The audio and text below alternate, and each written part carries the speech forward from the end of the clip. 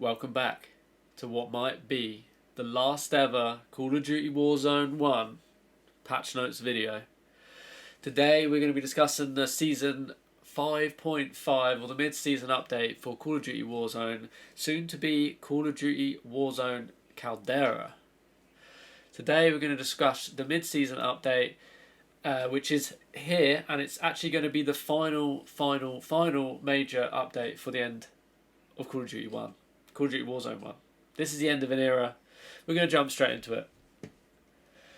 So here it is, the final major update. This is the end of an era for Call of Duty 1. We wanted to take the time to thank the players for joining us on this journey. We've learned so much this year along the way together. Since the launch of the Pacific Warzone chapter in December last year, they've gone from war-torn 1940s Pacific Island to reimagined Warzone, reimagined reinforced Rebirth Island, two new giants, King Kong, Godzilla, mercenaries descending on Caldera, Fortune's Keep, new map, new experience for the Resurgence, Terminator, and much more. We've also seen a wealth of new weapons, features, fighters, planes, perks, gulags, redeploy tokens, redeployed balloons, fast travel systems, and much more. Perhaps they are most proud of the team's work on the quality of life changes. I want to back that also. The experience from the beginning of Caldera and from the end of Verdansk to the end of Caldera is night and day. The quality of life improvements for the game really have taken the game to another level of smoothness. All the things that you would have forgotten about, all of the additional menu settings or the additional animation changes, they've taken the game from a game that wasn't supposed to last longer than a year to a game that really feels quite smooth to play, with everyone's gripes about the whole thing. The changes that they've made, even though it's taken them some time, really are appreciated within the community. And it's the end of an era for sure. So to conclude, they want to thank all their partners. So a lot of people don't know, but Raven aren't the only people that work on the Call of Duty Warzone game. High Moon Studios, Beanox, Toys for Bob, Sledgehammer Games, Treyarch, Infinity Ward, Demonware, Activision, and Team Ricochet. Without all of these teams, none of this content would have been possible. So let's get into it.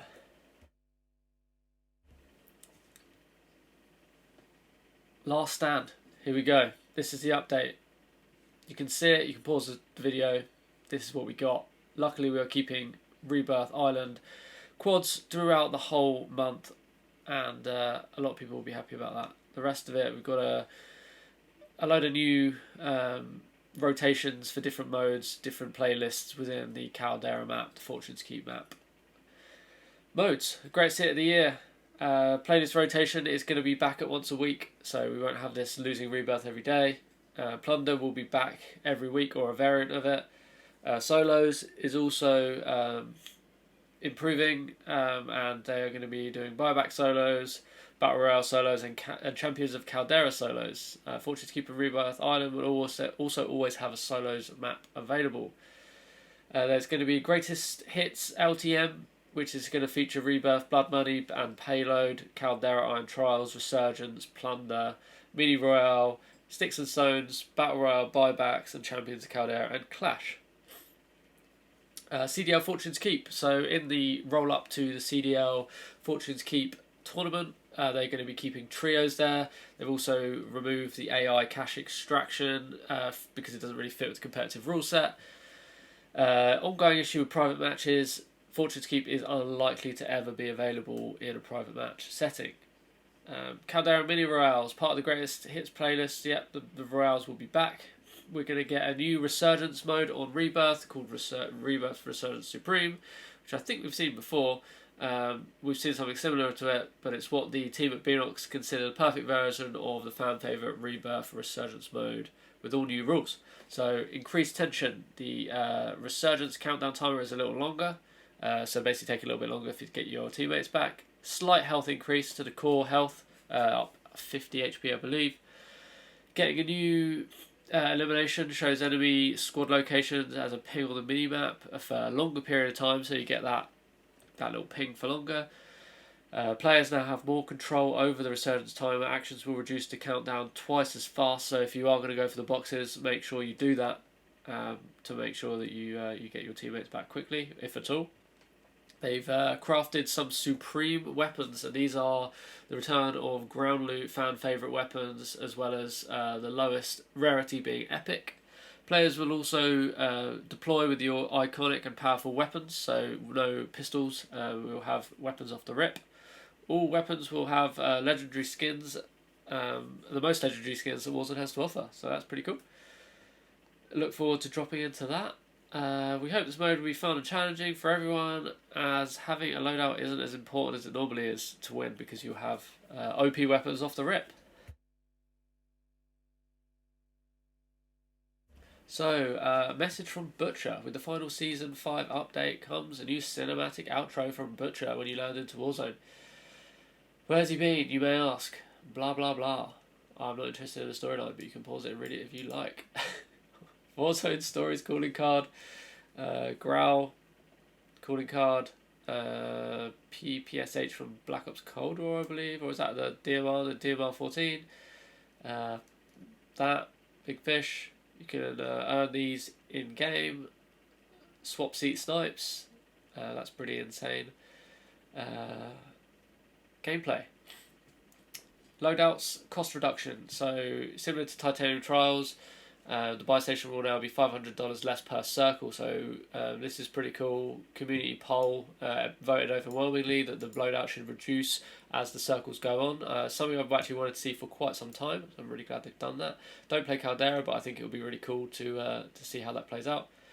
ATMs will now appeal in battle royales. We love ATMs. They're used in Plunder, Golden Plunder, expanding the ability to have them in battle royales. Gulag tokens and redeploy tokens, so double the spawn rate of these in legendary supply boxes, and slightly increase the rate in regular supply boxes. More quality of life. More quality of life updates. We started the year, we made quality of life improvements. Definitely made a big impact. So recommended weapons, we're going to see recommended weapons on all of the weapons that are most relevant, and if they are close to meta.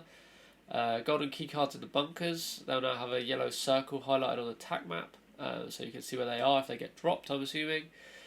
Manual gas mask, so they've improved the manual gas mask text in the settings and detailed how the players will drop them or manually equip them. They've moved gas masks to be the first in the quick inventory for easy and manual equipping, although this is a little bit annoying when you try and drop your money, because muscle memory will leave you dropping your gas mask. So be aware of that. Supply boxes UAV supply boxes will no longer be shown as red on the Rebirth supply boxes. Okay. General adjustments. Ground loot perks. Text will be displayed in the UI of the perk when acquiring it. So when you rush to see what it is, you can see what it actually is and what you've picked up when you do pick it up. Perk adjustment. The scavenger pouch will now drop a guaranteed 1,000 on enemy elimination. That's pretty decent for regaining. Field upgrades. Portable decontamination stations have increased for up to 20 seconds. I've never personally used those. They're a Caldera thing, but the more you know. Weapons. Right, celebration of the breadth of weapons we have to offer. In general, ground loot and gulag weapons have been refreshed. New weapons, we've got a new assault rifle and a new light machine gun. Weapon adjustments. So we're going to move over to clean Warzone patch notes to make this a little bit easier to decipher. Assault rifles. So we've had a little bit of a buff to the AMAX. It could be the return of the AMAX. The Automaton has had a nerf. M4A1 from Modern Warfare has had a little bit of a buff. Buff to the QBZ, to the Odin, to the EX1. A little bit of a balance to the EX1. Itra Burst had a bit of a balance. EM2 has had a bit of a buff. Farah has had a buff. Volkstrom has had a movement speed nerf. Ironhard shotgun, combat shotgun, gallows shotgun, street sweeper have all been buffed. So it might be a return of the close range shotgun meta. Armor Guerrero, which is my main currently, has been nerfed, so that sucks. I'll have to find a different gun to use. The Black Ops Cold War Bullfrog has had a buff. The RA had a balance. Blixen's had a nerf. ISO's had a buff. CX9's had a buff. These two definitely might be competitors. CX9 was already semi-good, but this actually could make it a short-range competitor. KSP, which I've never used, had a nerf. The MP40 has had a buff, which is nice to see. Actually, might start using that again. PPSH finally has had a nerf, but I don't think it will be enough. The hipfire spread or accuracy has been decreased, along with the vertical recoil control. Benefits of type grip have also been decreased, so hopefully that's enough, because this has been annoying me for a while and it was slightly, well, majorly OP and easy to use. The UGM also had a bit of a nerf, mainly slight balance. Marksman rifles, so crossbow and M1 Garand, one's had a buff, one's had a nerf. Sniper rifles, X50 has had its velocity buff. Dragunov's had a buff, maybe it'll be viable. Rytech buff, Pellington buff. Gorenko anti-tank has had a nice nerf, which it needed. Tactical rifles had a buff. Launchers had a buff, so the Joker has now got minimum damage up to 200 from 175. Launcher Alpha from Black Ops Cold War, I think that's a Sigma maybe, has had a buff. And also we've got a buff to the ADS of the tripod, which is bizarre. Gonna move on from these. Gun perks. Mechanic has had a vehicle damage bonus buff. Vital has been nerfed. Steady has been buffed.